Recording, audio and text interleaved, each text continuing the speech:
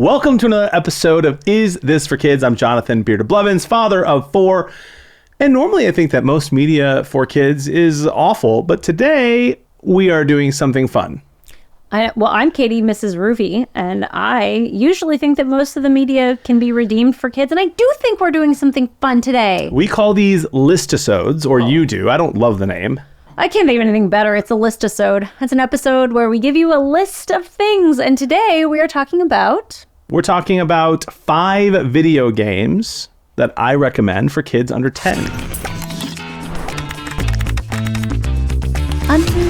And real quick, as many of you know who listen to the podcast, I have a 9-year-old son, an 8-year-old son, a 4-year-old daughter, and one on the way. As of right now, they don't play a lot of video games. Right. I've introduced them to one of the games that is on here. They have played another game on this list at their friend's house, but that's it. Mostly because they don't show a ton of interest. Mm-hmm. They're starting to now a little bit, but we're not going to just force them in front of video games. But these are 5 coming from like a gamer dad, if you will.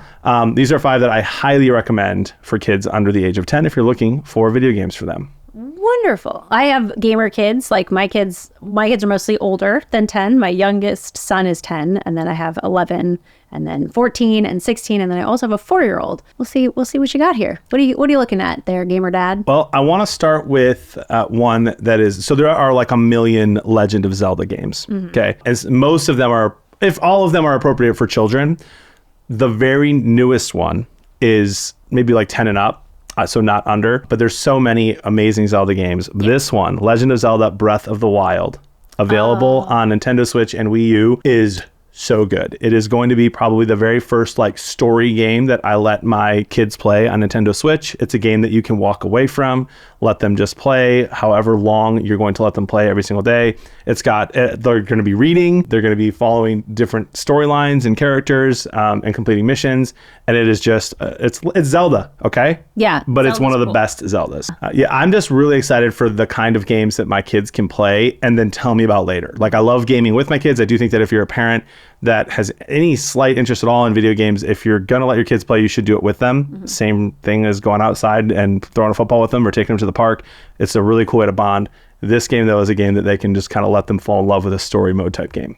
Yeah, that's one of my like hot takes as a parent, is that if your kid is a gamer kid and you've got appropriate games for them to play, refusing to play video games with your kid is no different than refusing to play catch with your kid. Like, this is a bonding opportunity.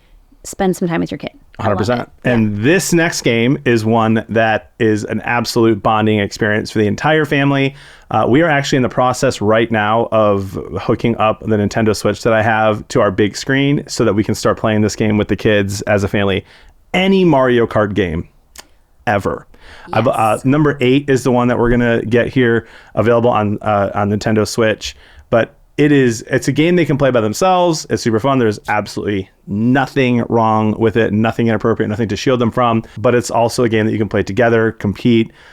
You can choose easy race courses or hard ones based on how they're learning. It's a great way for them to learn a bunch of different things: how to communicate, how to take a loss, how to handle a win. Just a game that Jody is actually the one who's super excited to start playing this with the kids. Yeah, we played that even when I was a kid. We started with like the first Mario Kart. That was one of our favorite things. And there's like battle mode where you can play, where you just like kind of shoot each other, or there's race modes. And it's super, super fun. And you can even change the speed of the cars, go from 50cc to 150cc, so that if your kid is just like learning those hand-eye coordination things. Look at you, gamer mom over here. Fan.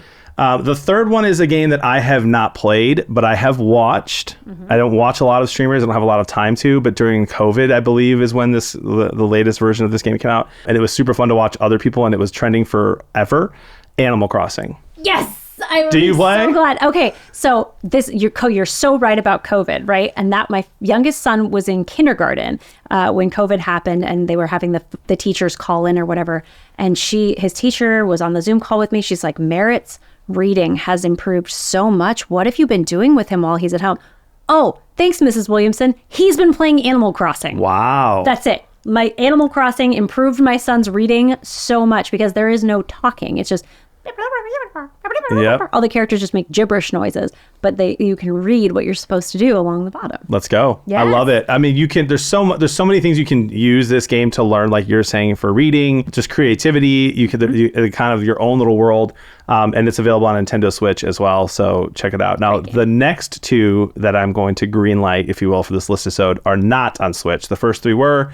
They actually might be, but they're available almost everywhere. Yeah. First, and I almost was going to put any sports game on here, but sometimes the music and sometimes there's things you got to look out for. So I'm not going to say any sports game. But what I love about sports games is that it can really help your kid fall in love with a sport. And learn more about it and learn the players that are playing it. And that was me. Like my whole life, I would play NHL or FIFA or Madden or NCAA. And I would learn. That's how I memorized all the conferences in college football.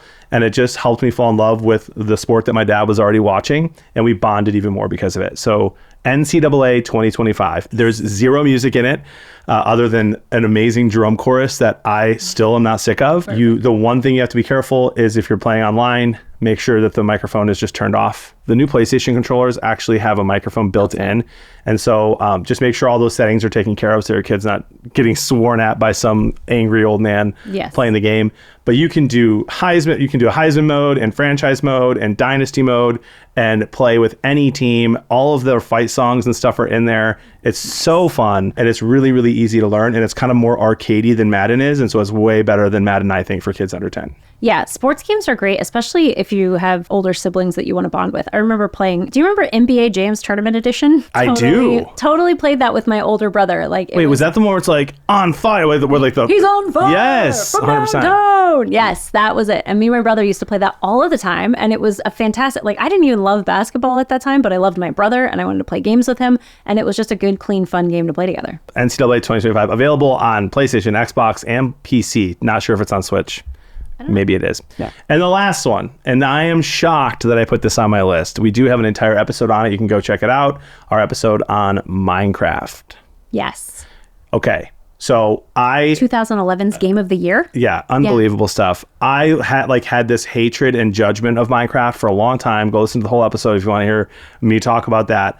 I actually played it recently, and somebody who is a hardcore Minecrafter. What are they? Is there like a name for them? No. Not in my Christian Minecraft server. It's my favorite thing to say to people online. There is this person who, let's just say, has spent thousands of hours of their life in Minecraft. Yes. And they showed me around some of the things that they built. I was blown away. Mansions, full cities of Christmas. Yes. You can do anything creatively in that game. And my kids went to their friend's house and played it for the first time. And we were cool with it. We're like, okay, yeah, go ahead. And they fell in love with it. They're talking about it. I don't think it's that addicting of a game. Maybe that's a crazy thing to say. The graphics aren't that great. It can be addicting to sit there for sure. And hammer people love the little things stuff you can do. Yeah. But it's just like holding a stress ball, I feel like. It's just kind of soothing, or ASMR-y. But I couldn't believe it. And so I tell Jody all the time, as soon as they show an interest in wanting to play this on computer, we're going to let them. Mine are 9 and 8, so I recommend it for under 10. Yeah, that is a fantastic list. And we do have a full episode on Minecraft. I'll link it below on the YouTube if you want to check it out. But it's a great game. It's one of the educational games of the year. When it won in 2011, it was because it was an incredible game that encourages that kind of creativity. And personally, my own kids have made some really weird, cool stuff in it. Yeah, there you go. Well, if you liked this list-isode and you wanted to suggest another topic, where would you go to do that? Go to isthisforkids.com. You can find us wherever you listen to podcasts. We are very active on Instagram. So probably Instagram comments are the best place to let us know what you'd like to see next. Absolutely. There is just so many games, so much different content out there that we have to wade through as parents. I'm Jonathan Beard of Blevins. I'm Katie, MrsRuvi. Let us help you decide. Is this for kids?